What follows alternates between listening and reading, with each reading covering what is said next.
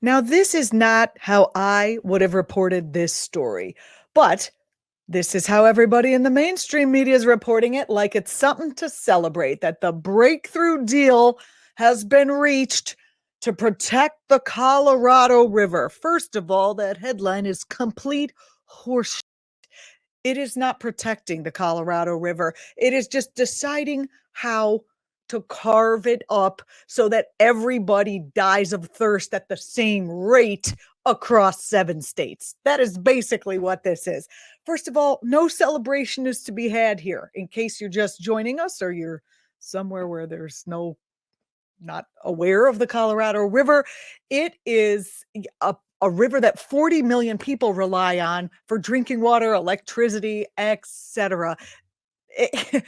Okay, so 7 states that rely on this river have agreed to a water usage cutback for the coming 3 years. Now, I'm just going to put out there that we are in the middle of and expecting further what's being called a mega drought. Okay, for scientists to use the word mega, that must be pretty serious, I would imagine. Yeah. So even if they stop using all of this water, it's still going to dry up. So stop using the water is not the solution. We have to address climate change as a global phenomenon, not just, oh, look, we stopped using this water to grow food. Or I guess it's cool to stop using water to water lawns that don't naturally grow in the desert, or wash your car, or whatever it is that they're going to force people to do. I'm not even going into that. Anyway, the funny part here is that the states agreed. The states came to an agreement. The states are California, Arizona, Nevada, Utah, New Mexico, Colorado, and Wyoming. They agreed to use 3 million fewer acre feet of water by the end of 2026. An acre foot is like a football field, imagine, filled with water up to about calf level. That is an acre field. It's supposed to take about 13%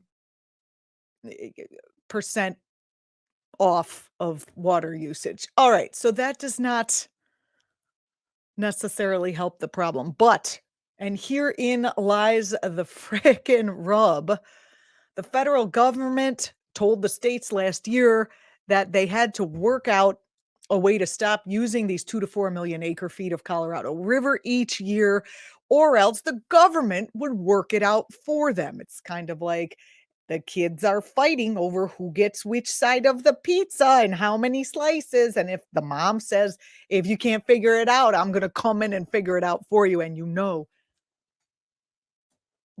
they would have given you something to cry about. No, whatever. Anyway, because we can't have 7 states of people in water war, I guess, yet. This is only a 3-year agreement.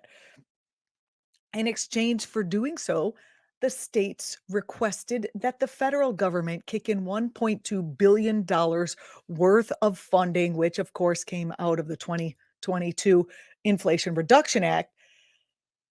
So now I got to pay for your water usage. I got to pay for that.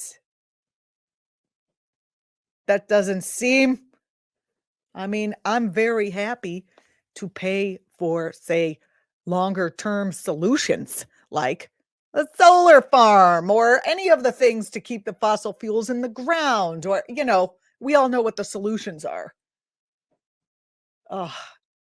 It just seems like you're rearranging the deck chairs on the Titanic in a way that doesn't even help the Titanic not sink at all. I'm Julianna Forlano. Put your comments below. You're watching the Political Voices Network. Thanks for watching. Republicans say they won't cut Social Security, Medicare, or Medicaid. But can honest, hard-working middle-class Americans really believe what these politicians say?